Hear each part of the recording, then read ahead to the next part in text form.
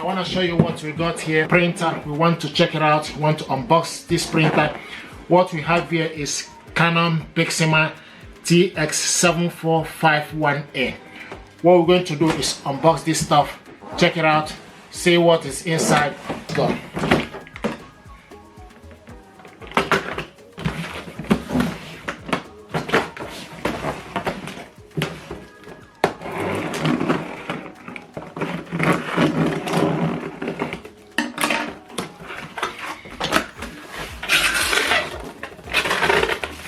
What we have here is information pack and software, CD-ROM for the software.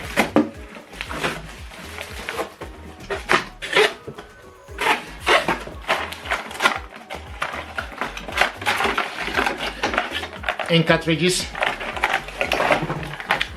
It's using ink cartridges 560 and 561. Color and black is included in the packaging.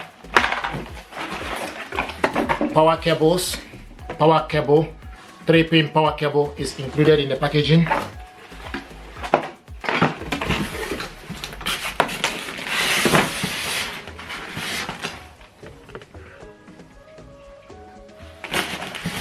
There we go.